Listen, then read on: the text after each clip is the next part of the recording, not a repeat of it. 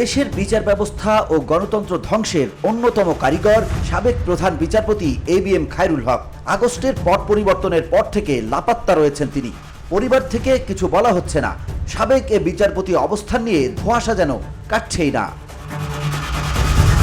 কেউ বলছেন রাজনৈতিক পট পরিবর্তনের পর অবৈধভাবে ভারতে গেছেন, সেখানেই নিরাপদে আছেন তিনি। আবার কেউ বলছেন ভারত থেকে তিনি ব্রিটিশ পাসপোর্ট ব্যবহার করে ইংল্যান্ডে গেছেন, সেখানে মেয়ের কাছে অবস্থান করছেন। আবার অনেকেই বলছেন স্বাস্থ্যগত কারণে তিনি কোথাও ট্রাভেল করছেন না, দেশেই অবস্থান করছেন তিনি। আর সাবেক প্রধান বিচারপতির ছেলে আশিকুল হক জানিয়েছেন তার বাবা যেখানে থাকার সেখানেই আছেন।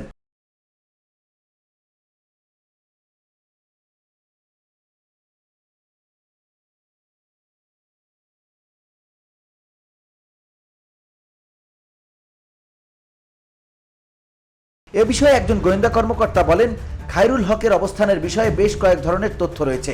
এর মধ্যে আমরা দুই ধরনের তথ্যকে প্রাধান্য দিয়ে কাজ করছি। ঢাকা মহানগর গোয়েন্দা পুলিশের যুগ্ম কমিশনার মোহাম্মদ নাসিরুল ইসলাম বলেন, এবিএম খায়রুল হক দেশে আছেন নাকি বিদেশে অবস্থান করছেন এ বিষয়টি আমরা সুনিশ্চিত করে বলতে পারছি না, কারণ গত বছরের 5 আগস্টের পর তার বৈধভাবে বিদেশ যাওয়ার কোনো তথ্য নেই। জুলাই আন্দোলনের সরকারের পতন অনুমান করে আওয়ামী লীগের কোনো নেতা 5 আগস্টের আগেই ইমিগ্রেশন সম্পন্ন করে দেশ ছেড়েছেন।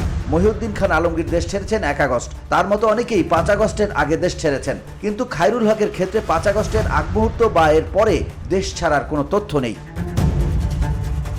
গোয়েন্দা কর্মকর্তা নাসিরুল ইসলাম জানান, খায়রুল হকের আছে একাধিক পাসপোর্ট, বাংলাদেশি পাসপোর্ট ছাড়াও তার বিদেশি পাসপোর্ট আছে। তিনি ওই পাসপোর্ট ব্যবহার করে কোথাও গেছেন এমন তথ্যও পাওয়া যায়নি। তিনি বলেন, খায়রুল হক আমাদের কাছে মোস্ট ওয়ান্টেড, অনেকদিন ধরেই আমরা তাকে খুঁজছি। সাম্প্রতিক সময়ে তাকে ধরতে তৎপরতা জোরদার করেছে। আমাদের বেশ কয়েকটি টিম এ নিয়ে কাজ করছে।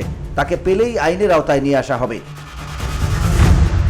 আওয়ামী লীগ সরকারের শেষ সময়ে খায়রুল হক ছিলেন আইন কমিশনের চেয়ারম্যান। ছাত্র জনতার অভ্যুত্থানে গত বছরের 5 আগস্ট শেখ হাসিনার নেতৃত্বাধীন সরকারের পতন ঘটলে 13 আগস্ট তিনি আইন কমিশন থেকে পদত্যাগ করেন।